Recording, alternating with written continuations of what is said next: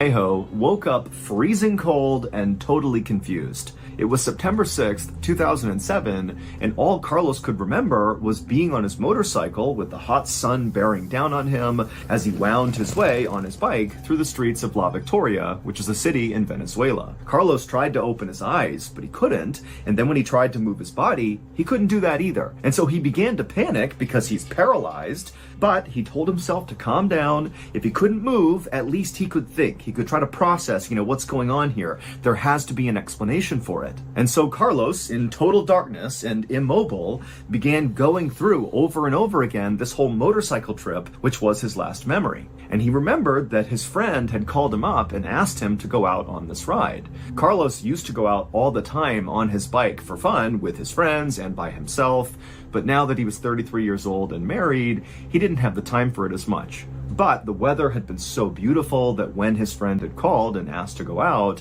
Carlos said, let's do it. And so Carlos began going over in his head the route that they had taken through La Victoria, and all he could remember was this long straightaway and then a right turn and then nothing. It was like after he made that turn, everything went blank. And as Carlos thought about how weird it was that one, he was paralyzed, and two, he had no memory of what happened after he made that right turn, he started to realize that he felt something against his back. It was like there was a block underneath his back, kind of right between his shoulder blades, propping his chest up, and he felt his arms kind of dangling down by the side, and it was very uncomfortable. And as he laid in this totally awkward position, he began to hear somewhere out in the ether unfamiliar voices just kind of chatting, and immediately Carlos is like, okay, someone's here to help me. I don't know what's wrong with me, but somebody's here, I'm gonna be okay. And soon, whoever was talking near Carlos had moved closer to him, and actually Carlos began to realize that it was actually more than one person.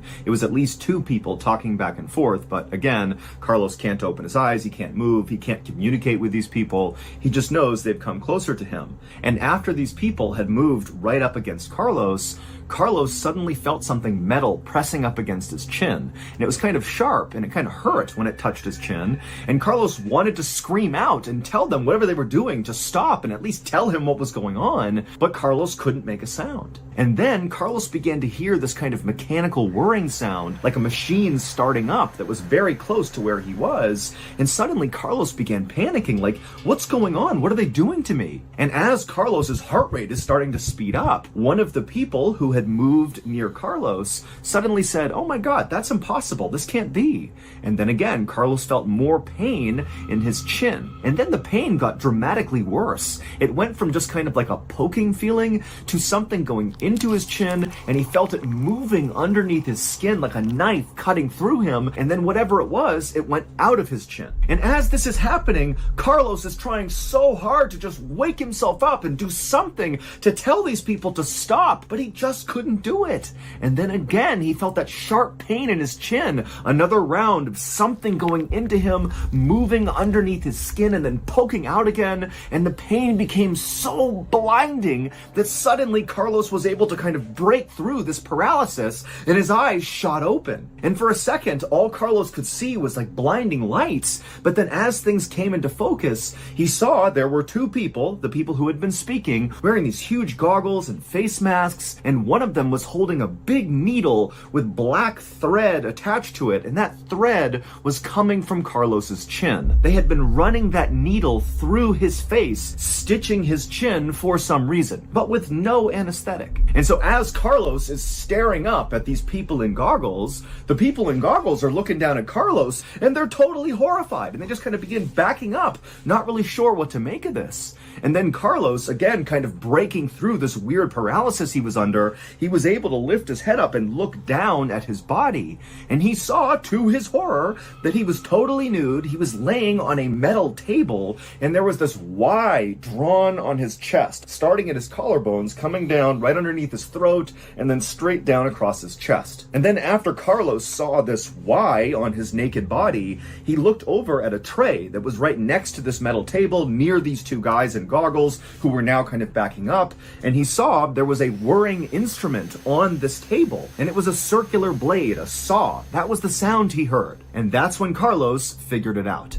Earlier that day, when Carlos had been out riding his motorcycle with his friend, he had gone down that long straightaway in La Victoria. He had made a right turn and parked illegally. Right after this turn was this big truck. Carlos didn't see it, and at full speed, he impacted the truck. He was thrown from his bike, smashed into the ground, horrific injuries, and when paramedics showed up, they pronounced him dead on the scene. And so he was moved from the scene of the accident to the morgue. And at the morgue, Carlos was stripped naked and put on this metal table, and they placed a block underneath his shoulders, kind of propping his chest up, and they drew a Y down the center of his chest for his autopsy. The two doctors that Carlos ultimately saw chatting and performing this autopsy were going to follow that Y on his body with the circular saw. That's how they cut you open during an autopsy. But right before they were about to do that, the doctors noticed that Carlos was actively bleeding from his chin. And since he was supposed to be dead, that didn't make any sense. And so that was why one of the doctors had said, "Oh my goodness, this can't be." And so not really sure what to make of it, they had just grabbed a needle and begun stitching his face together to stop the blood from going down his chest. And then Carlos opened his eyes, and it dawned on the two doctors that, oh, he's alive. That's why he's still bleeding. We should definitely take care of him now. But amazingly, after Carlos came back from the dead, he was simply moved into the hallway and left on this metal table, and the doctors who were going to perform his autopsy just left the paper that said he needed an autopsy in his pocket, just kind of showing that, hey, we were just following orders. Somebody told us to give you an autopsy. This is not our fault. And that's where Carlos stayed until his wife showed up and found him in the hallway, just laying there as if he was still just waiting for his autopsy. Carlos would suffer horrible injuries from the accident and serious emotional trauma from almost being cut open during this autopsy, but he would make a full recovery.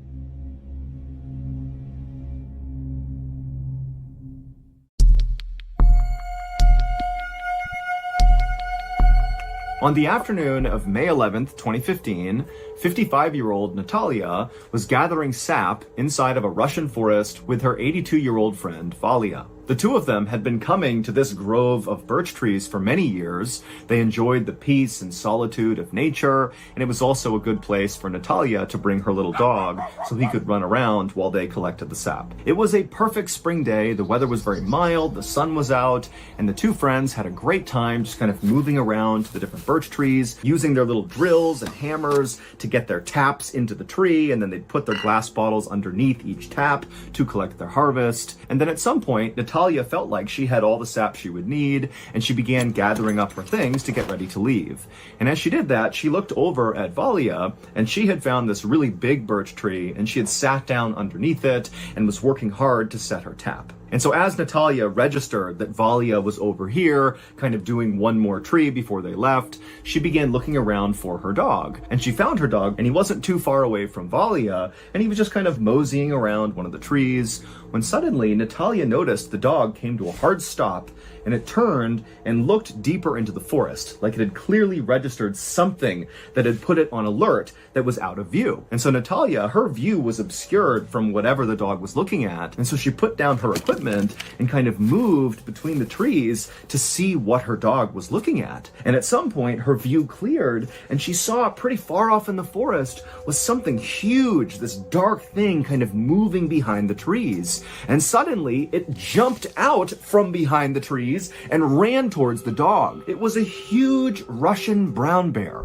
And so totally horrified, Natalia's watching this bear charge her dog. She looks over, she sees Valia, who's pretty hard of hearing, is sitting with her back to this bear and the dog, still just working on this tree. And Natalia's just frozen for a moment, having no idea what to do. And then instinct suddenly took over, and Natalia just turned and began running away, leaving Valia and leaving the dog. But after only running several paces, she stopped and turned around and saw the bear is still trying to attack the dog, but the dog is standing its ground and barking at the bear, which is kind of causing it to back up and be a little unsure of itself, even though this dog is so much smaller. smaller, and still Valia is not reacting at all. She has not heard the bear, the dog, nothing. And Natalia, she's looking back knowing that she needs to do something. She can't just let her friend and her dog get killed. And so Natalia began walking slowly back in the direction of this bear, and she began screaming at Valia to get up and run with her. But the second Natalia began screaming,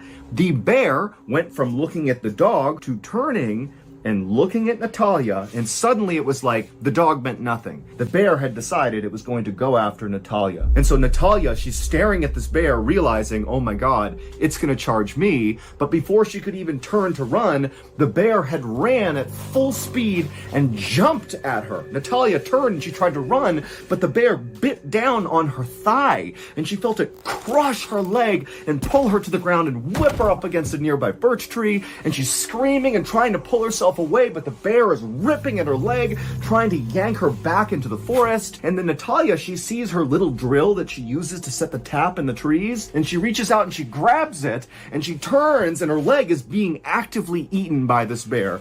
And she turns on the drill and she's about to jam it into the bear's eye when the bear suddenly stands up to its full height and then just falls all its weight down onto Natalia's chest. And immediately Natalia dropped the drill and the bear clenched down on her throat. Now at this point, Valia, who again is hard of hearing, she didn't know what was going on, she turned around and saw this bear mauling her friend. And so what does she do? She runs over to this bear right behind it and begins pummeling this bear and screaming at it to get off her friend. And the bear, who barely registers Valia hitting it, it just lets go of Natalia for a second. It turns around, and you got to remember, this bear has been eating Natalia. Its face is covered in her blood, and it turns and looks at Valia, and Valia, she's terrified. She begins stumbling backwards, and the bear is clearly about to jump on Valia when Natalia, who's barely alive, she sees this happening, and she just begins screaming at this bear while she's laying there bleeding out, trying to attract the bear to come back and keep eating her to spare Valia. And it works. The bear, hearing Natalia screaming behind it, forgets about Valia and turns back around and resumes eating Natalia. And then just seconds later, the bear actually lifted up Natalia by her neck and it ran off into the woods carrying her. And so Valia is just left watching this happen. She knows she's not going to be able to stop this bear.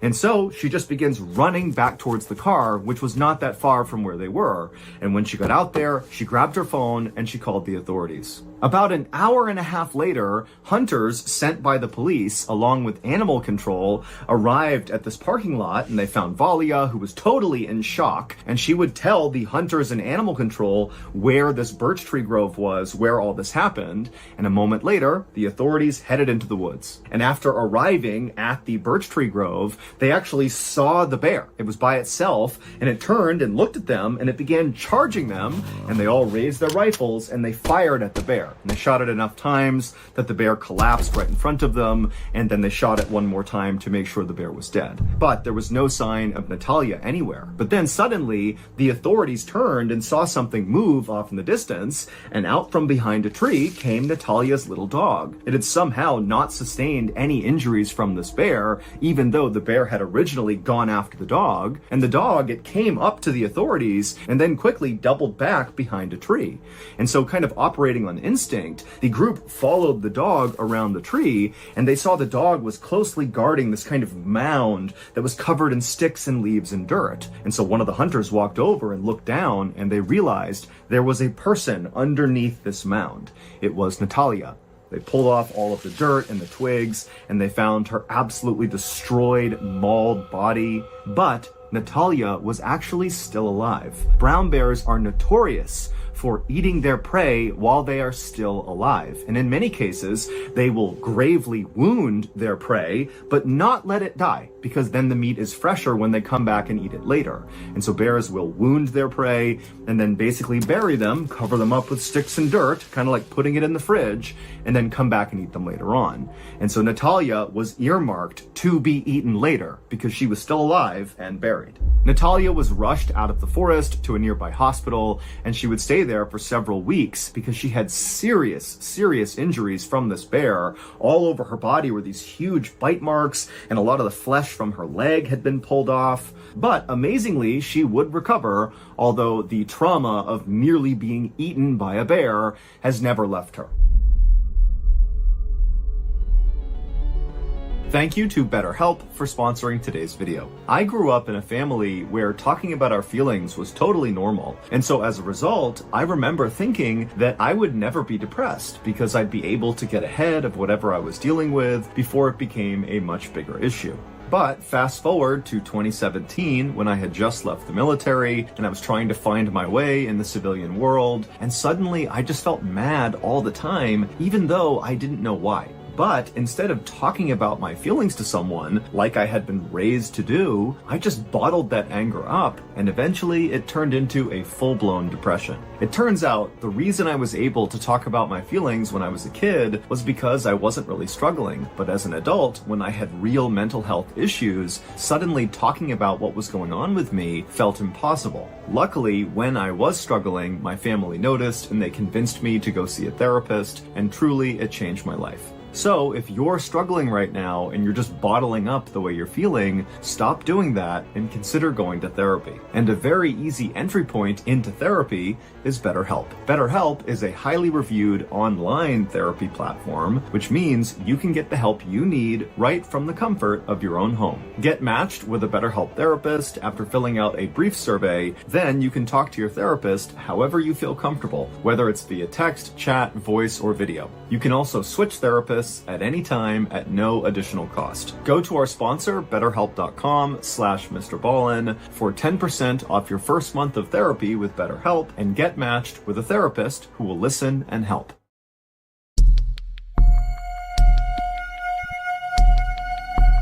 On the afternoon of May 25th, 2017, 42-year-old Nicole Gordon was laying on her couch in her home in Atlanta, Georgia, with an ice pack on her head. She had a blinding headache, one of the worst headaches she had ever had, and she was just unable to do anything else but lay on the couch. Nicole really had no idea why she had this terrible headache. The only thing she could think of was 3 weeks earlier, she had been in a minor car accident and one of her car windows had broken and some of the glass had cut her face, but she didn't think that would be enough to lead to this absolutely horrific headache that had not gone away for 3 weeks. But Nicole was a very tough woman, and even though she had thought about going to the hospital over these past 3 weeks to deal with whatever was causing this headache, she had told herself that, it's got to be something minor. I just need to kind of tough it out here. And what toughing it out looked like was laying on the couch all day long, only getting up to eat and go to the bathroom, not going to work,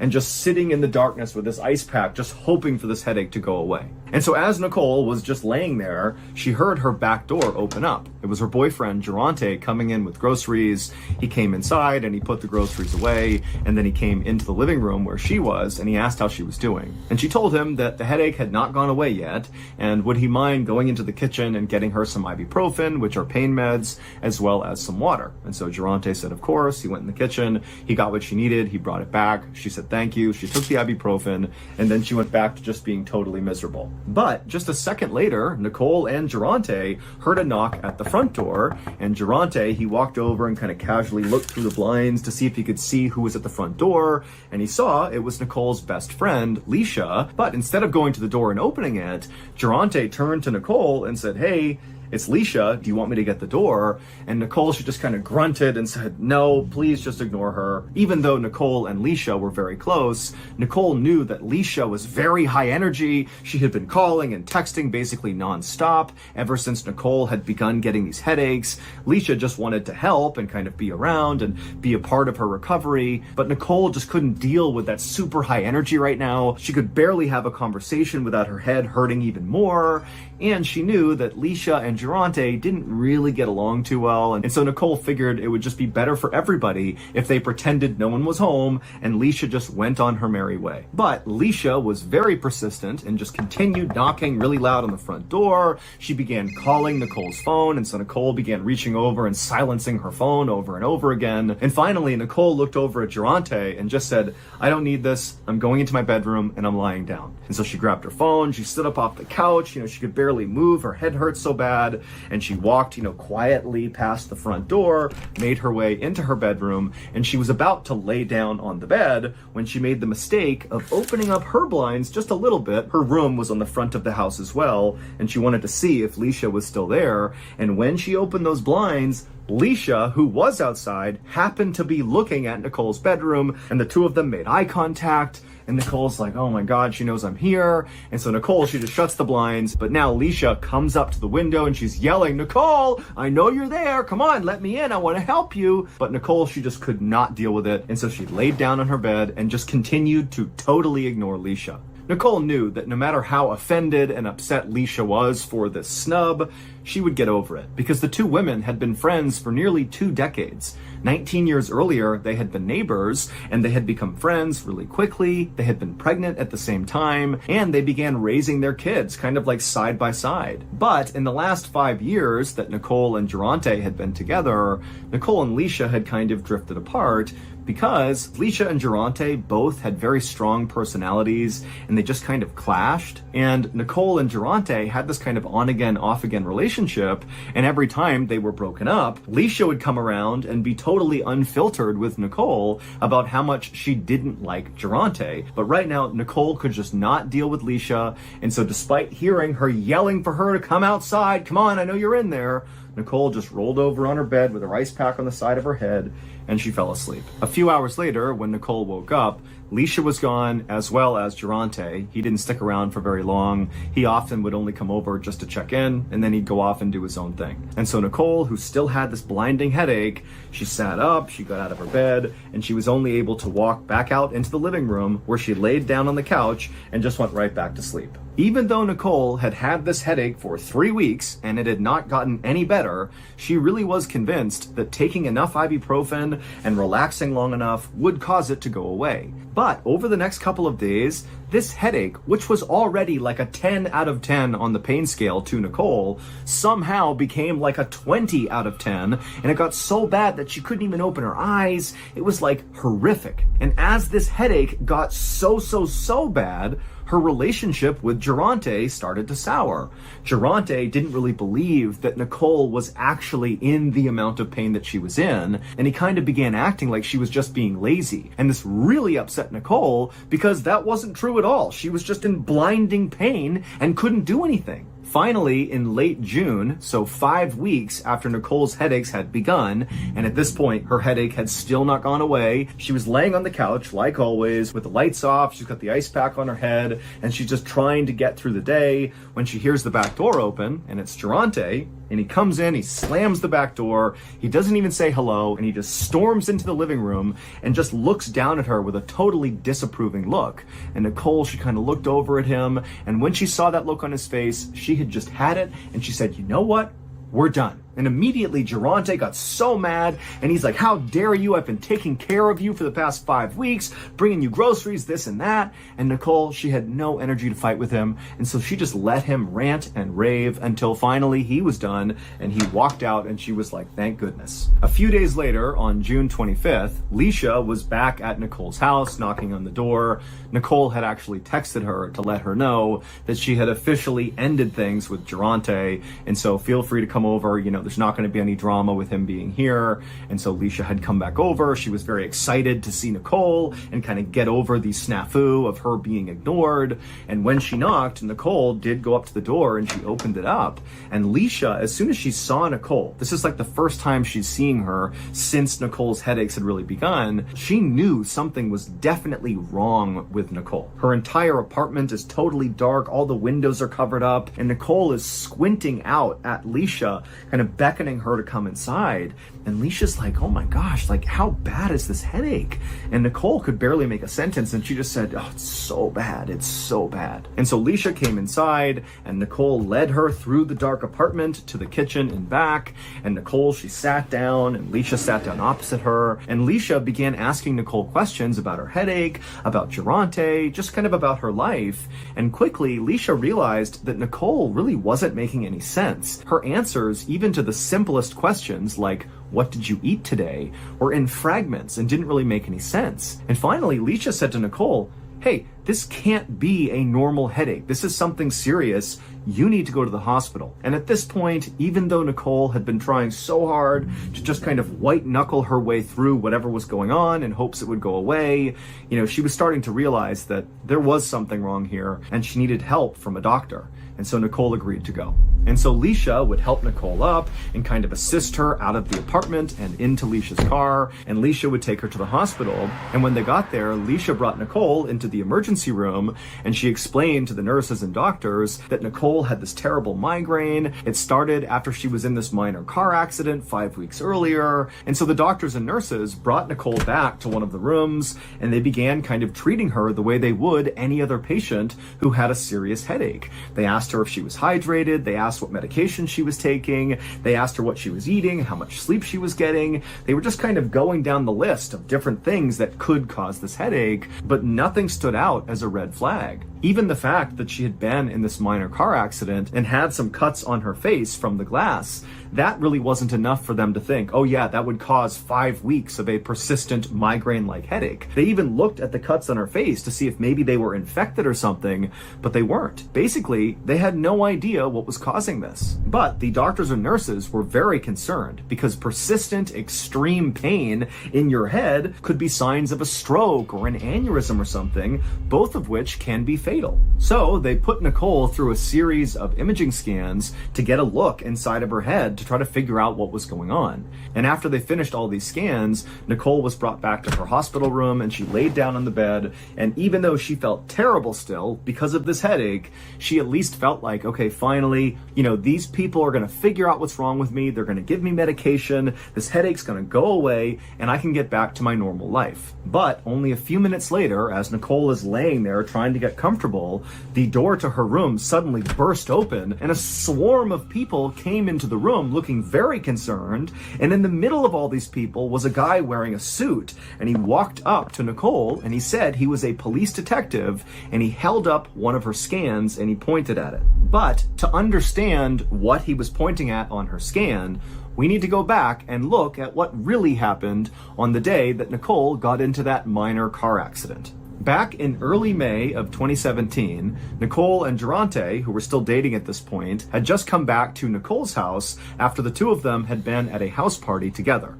And Nicole was furious with Durante because at this house party, he had been openly flirting with another woman right in front of Nicole. And so Nicole, after going into her house, brought it up to Durante about how disrespectful that was. And Durante, instead of being apologetic or trying to defend himself or even lie about it, he actually just got really mad at Nicole and said, you know what, fine, I'm breaking up with you. And then he began going around her house, gathering up all of his things that he had left inside of her house. And Nicole, truthfully, was so mad that she didn't really care that he was putting on this show of taking his stuff and leaving her. And so after a few minutes of Durante angrily grabbing his stuff from inside the house, he headed outside to Nicole's car where he had some more things inside of her car. And so he went in the passenger seat, and Nicole, she just reflexively got into the driver's seat of the car just to make sure that Durante didn't take anything inside of her car that he shouldn't, or mess with her car in some way to get revenge on her. And so she's sitting there, she's watching Durante right next to her gather up his things, and then he hops out of the car, doesn't say a word to her, and then he walked around the front of her car and got into his car, which was parked right in front of hers, facing out towards the road. He climbed into the driver's seat, shut the door, and then he didn't move. And so Nicole, she's still sitting in her car, looking at Durante, hoping that he's just gonna leave now, but he wasn't. And so suddenly feeling so frustrated and mad at him for everything, she turned on her car and drove forward, not fast or anything, and bumped intentionally into the back of Durante's car, and then she backed up to where she had been.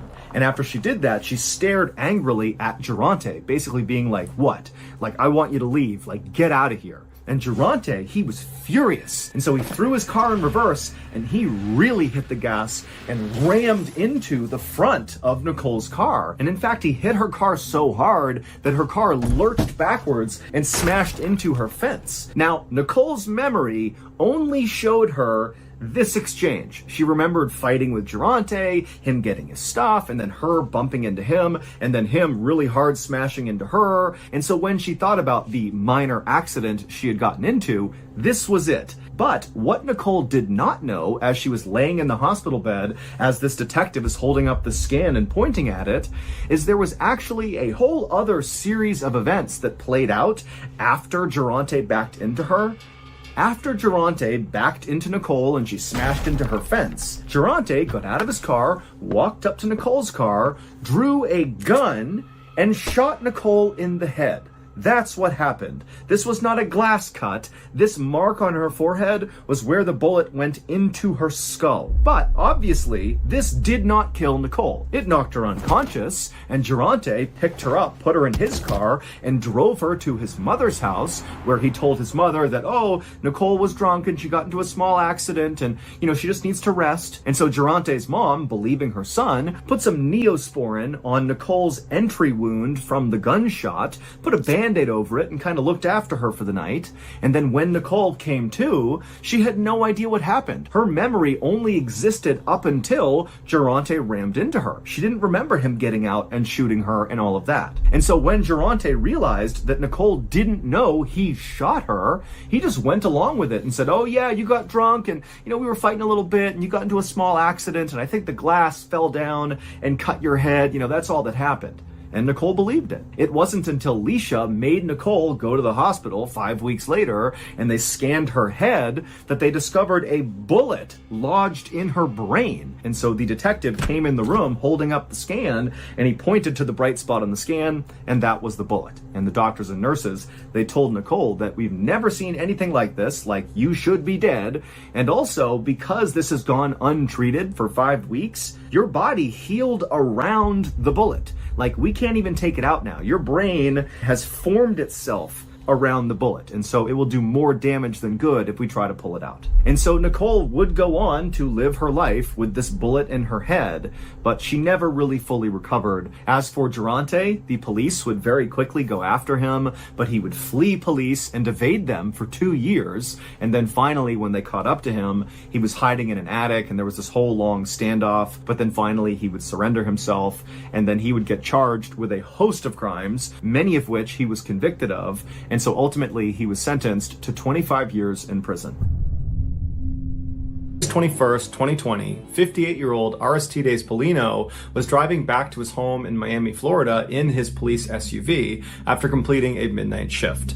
Aristides was a 25-year veteran of the Miami police force, and over the last 2+ decades, he had routinely done midnight shifts, so this was nothing new. When he got to his house, he parked his SUV in the driveway, and like always, he went right into his house. He didn't talk to his wife Clara or his son. He just went straight up to his bedroom and immediately fell asleep. About 4 hours later, at 5 p.m., Aristides woke up and he expected to hear his wife's voice somewhere in the house. So when he didn't, and the house was just totally silent, something told him that something was off. So he climbed out of bed, he put on his clothes, and he went downstairs to look for his wife. When he got down to the living room, he saw his son sitting on the couch, but he didn't see his wife. And so he asked his son, hey, have you seen your mom? And he would say, no, I haven't seen her. But sensing on his dad's face that something was wrong, he said, hey, I'll help you look for mom. And so the two men began searching the house, yelling out for Clara, and Aristides began calling his wife, but she wasn't picking up. And after several minutes, the two men reconvened in the living room, and they started going over whether or not she had told them about some appointment that day, and that would explain why she wasn't in the house. But after talking about it, they decided that she didn't have any appointments and she should be home right now. And so the men decided, maybe she went outside and she's talking to a neighbor, or, she went for a walk and she's talking to somebody on the road. And so they decided they would go outside and search the outside of the property. When they got outside, Aristides went towards the back of the property and his son went towards the front, down towards the driveway. And so as Aristides is making his way around the back of the property, he hears his son scream out for help. Aristides comes running back around the property and he sees his son standing in the driveway with the door of his police SUV wide open. 4 hours earlier, after Aristides came home, he parked his police SUV right in the driveway like he always did, and for some reason he left the car unlocked. And so he goes in the house and he falls asleep. And while he was sleeping, Clara, who was home, she exited the house and walked down the driveway to his SUV. She opened up the door and went inside.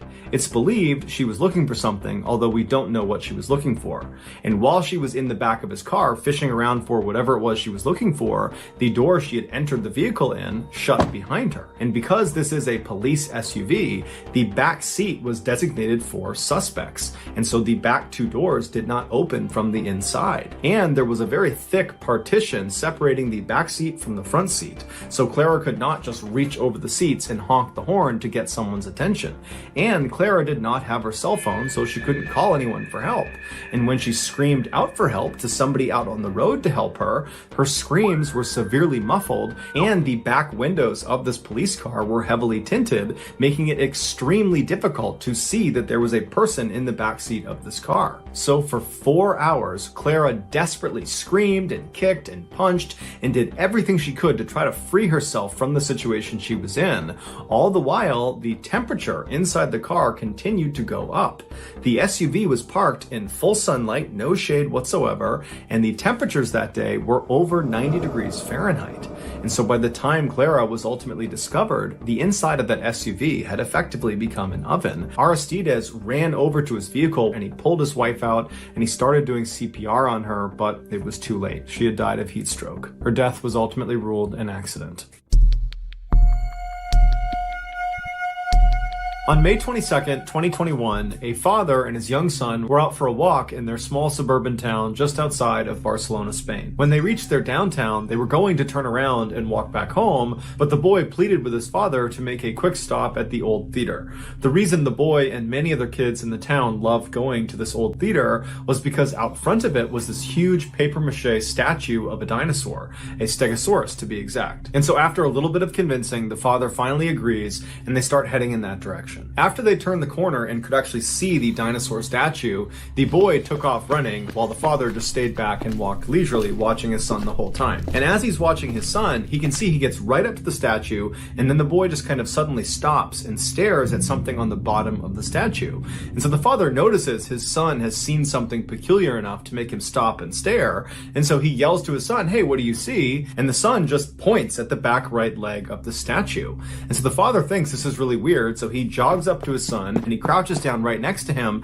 and looks in the direction his son is pointing. And at first, the father believes all his son is pointing at is this fairly obvious crack on the outside of the statue on the back right leg. And he's thinking his son has just noticed that the statue is kind of falling apart.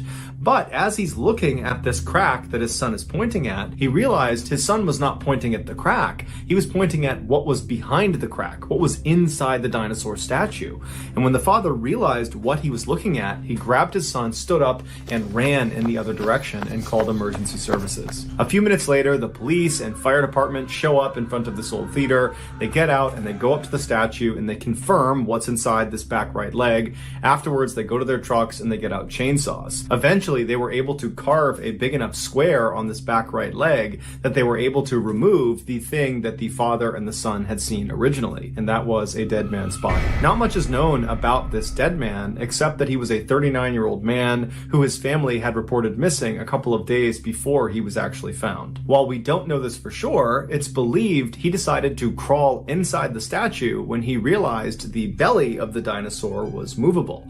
Now, it's not entirely clear how he figured that out. Either the belly was already moved and he saw the opening and so saw the opportunity to crawl inside for some reason, or he was poking and prodding at the statue and discovered the belly was movable, moved it aside, and then again seized the opportunity and crawled inside. But either way, the man crawled inside the statue, and then once he was in the dinosaur, his phone slipped out of his hand or slipped out of his pocket, and then instead of falling out of the dinosaur onto the ground, it fell inside the dinosaur and slid down the inside of the statue until it fell into the bottom of the bottom right-hand leg. And so the man decides to go after his phone, and so on his belly, he slides over to the back right leg, and then he begins lowering himself head first into the leg, reaching for his phone. And so as he's kind of slowly lowering himself down, using his legs to pin himself inside the statue, he gets closer and closer, and he's almost about to grab his phone when his feet lose their grip, and he slips and falls headfirst all the way to the bottom of this back right leg. The space space he was in was so tight, he was not able to turn himself around and climb up and out again. In fact, it was so tight, he could barely move. His arms were pinned by his side, and so he couldn't use them to even push himself back up and out. And because he could not bend his legs, he could not use his legs to pull himself back out again either. And so this man most likely began screaming for help, but for whatever reason, nobody heard him. And so after what must have been several agonizing days, the man finally just died. His autopsy has not been made public, so we don't know for sure what actually killed him, although one could speculate he died of either dehydration or perhaps asphyxia from being trapped in this really tight space where his chest may not have been able to expand all the way, and so he would have eventually suffocated. Following the gruesome discovery, the dinosaur statue was removed from the front of the old theater. In the early 1980s, John Harder was the classic, athletic, popular kid at his high school in Delaware, Ohio, which is a relatively small town just outside of the state's capital. But unlike most stereotypes that paint high school jocks as being these total jerks, that bully people and they're kind of stupid, John was none of those things. He was incredibly friendly and very warm-hearted and seemed to get along with everyone. John also was known for having a great sense of humor. In particular, he liked to play these kind of harmless pranks that would make people smile, like the time he very enthusiastically joined the cheerleaders during a high school pep rally, despite not actually being a cheerleader himself. John was set to graduate from high school on June 5th, 1983, and his plan was to study accounting at Kent State University the following year. A few weeks before his graduation, John's high school began selling these tickets to a grad night at a huge amusement park called Kings Island. Kings Island was located about 2 hours west of John's high school, and it was home to dozens of roller coasters, water slides, and many other attractions. During their so-called grad nights, this amusement park would shut down their public operations and not let anybody into the park that did not have these special student tickets that they gave to local area high schools. John, who was 17 years old at the time, was very excited at the idea of going to this grad night, and so he went and purchased tickets along with about 20 other students from his high school. At about 3:30 p.m. on Friday, May 13th, John and the other students who had bought grad night tickets met up outside of their high school. While this was a school-sponsored trip, the students were responsible for driving themselves to the park. And so after all the students were accounted for, they all piled into a couple of their cars and they began their journey to the park. After a few stops along the way to get food and go to the bathroom, the students finally arrived at the park at about 7 p.m. And on the drive, John, who had been a passenger, had drank half a bottle of rum and about 3 to 6 beers. And so when he got out, he could barely stand. He was so drunk. And so the students made their way over to the front gate. They showed the attendant their grad night ticket and they were allowed inside. And surprisingly, despite it being this special night where only people with these tickets were allowed in, it was still pretty crowded. There were lots of students that apparently wanted to come to this event. Once John and the rest of the students from the Delaware High School had come inside the park, there was no rule that they had to stick together for the duration of their time there, and so they all kind of broke into their separate groups and went their separate ways. In John's particular group was his girlfriend Pam, and for the first hour they were in the park together, all they did was bicker and fight. Onlookers would say John looked visibly upset and very emotional and very drunk. By 8:30 p.m., when John's group had gotten in line for this roller coaster, John was now openly saying, "I don't want to be here anymore, I just want to go home." It was pretty obvious he was still just mad at Pam, and that's why he was saying all this, was just trying to make Pam feel bad. And so some of the group members told John, just, "Hey man, calm down, you're overreacting, just try to enjoy this ride, and then afterwards we'll get some food, it'll be fine." But it was pretty clear that John was really worked up and seemed incapable of having a good time at this point. But regardless, John and the rest of the group, they got on this ride at about 9 p.m. and then after the ride was over, they disembarked and they walked away from the ride to regroup and figure out what was next. And they're looking around and John is nowhere to be found. And so after waiting for a few minutes and actually walking around looking for him, they decided that, you know what, he was really upset before he got on this ride. He probably just wanted to walk away and be by himself for a bit. I'm sure we'll see him later in the night. So John's group, without John, just continued going around the park, going on different rides, and for the next few hours, they kind of forgot about John. It wasn't until the end of the night when over the loudspeaker, the park officials said, "Okay, we're closing the park now," that they started walking out and wondering where John was. And they were convinced, you know what, I'm sure he's back at the cars. He's probably waiting for us because he just wants to go home. And so they leave the park, they get out to their cars in the lot, and John's not there. And so at this point, the group's starting to get a little bit concerned because no one knows where he is. They're meeting up with the other groups from their high school school. No one's seen John. And so they're all just kind of staring at the front gate, waiting for John to come out, but he doesn't. And then eventually the lights in the park start shutting down and the security guard comes out front and locks the front gate. And that's when the group knew they had a problem. After an extensive investigation by police, this is their best guess as to what happened to John. After John and his small group rode that roller coaster around 9 p.m., John very quickly disembarked the ride before anybody else in his group could see him, and then John stumbled his way towards the replica Eiffel Tower that this park was famous for. This tower stood at about 300 feet tall and was built to be an exact replica of the Eiffel Tower in Paris, France, but this one at Kings Island was only a third the size. It had 3 elevators that went up the center of the structure, and the elevators would stop at a 50-foot platform and a 275-foot platform where guests could look out and have a great view of the park. While today, the only way to access these 2 viewing platforms is through these elevators, at the time John was at the park in 1983, the park actually had a flight of stairs that went from the ground all the way to the very top of the tower that went right up the middle of the structure, and the public was allowed to take these stairs all the way up to the first platform, that 50-foot platform. And while the stairs did actually continue beyond that, up to the 275-foot platform, the public was not allowed to go any higher on the stairs than that first platform. And so if you took these stairs, once you got to the 50-foot platform, there would be a big fence right on the stairwell preventing you from going any farther. And it says authorized personnel only, don't go any farther. And so the only people that would walk up those additional flights of stairs were staff that had a special key. When John stumbled his way over to the base of this replica tower, he did not get on an elevator. Instead, he took the stairs. So he made his way up to the 50-foot platform, and then when he got to this 6-foot tall gate preventing him from going any farther, he just climbed up and over it and continued walking up the stairs, and nobody stopped him. He finally came to a stop just below the 275-foot mark, and so he's on the stairwell, and at this point he turns and faces the inside of the tower. It's all these metal beams all over the place, and he climbs over the railing of the stairs he's on, and he climbs onto this narrow beam that's actually a part of the support structure of this tower, and he grabs onto the beam above him and just begins walking along this beam towards the center of the tower where the 3 elevator shafts are. Now, there's no safety net on either side of John, so if he slips and falls, he's falling hundreds of feet to the ground. And if he keeps walking and actually gets into the elevator shaft,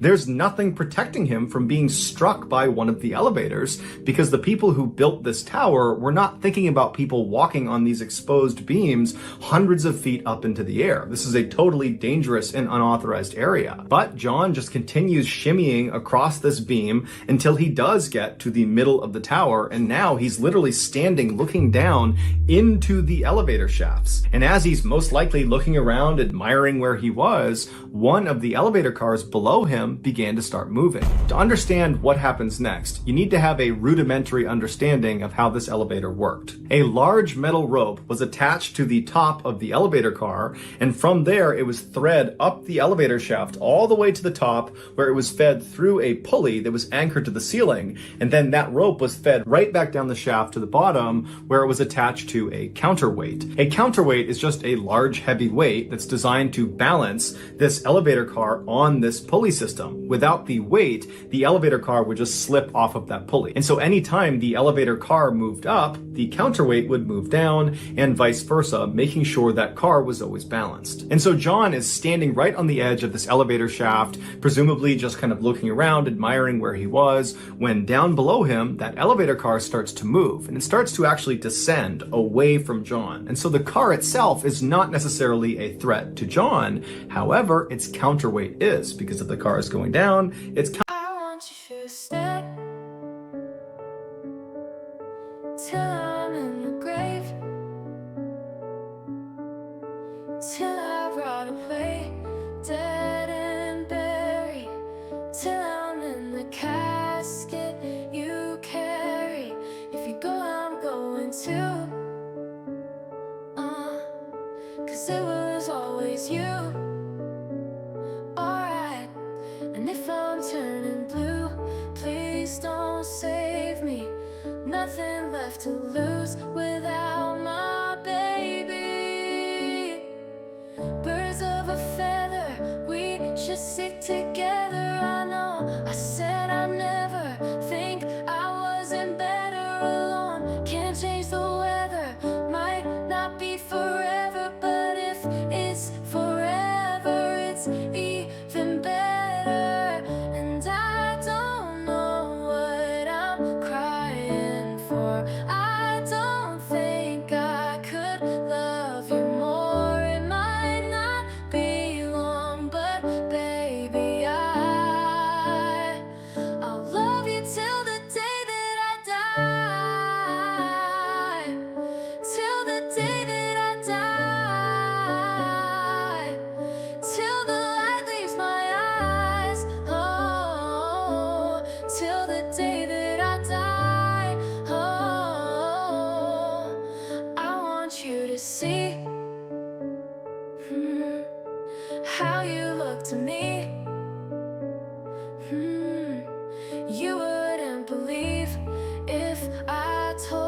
counterweight is going up, and it's right in the path of John. And so as John is leaning out over the shaft looking around, this counterweight comes screaming up and picks him off of the beam he's on and carries him up into the shaft. The impact on John was so strong that it's believed he was actually impaled on some of the exposed metal wiring on top of this counterweight, and he got totally tangled up in all of the cables on top of there. And so as John is desperately trying to free himself, the elevator operator, there was always a staff member inside of these elevator cars, he actually noticed when John got stuck on the counterweight. But of course, this worker would have no idea that's what it was. They would later recall, it just felt like the car suddenly jumped. And so this worker, fearing that something had gone wrong with the elevator car itself, he decided he would ride it all the way to the bottom, let everybody get out, and then ride back up to the top totally empty to make sure that the car actually worked before allowing people back on. And so the worker went to the ground, everybody got out, he closed the doors, he began his ascent. He got to that first platform at 50 feet, no issues. He got about 10 feet above that first platform, so at about 60 feet,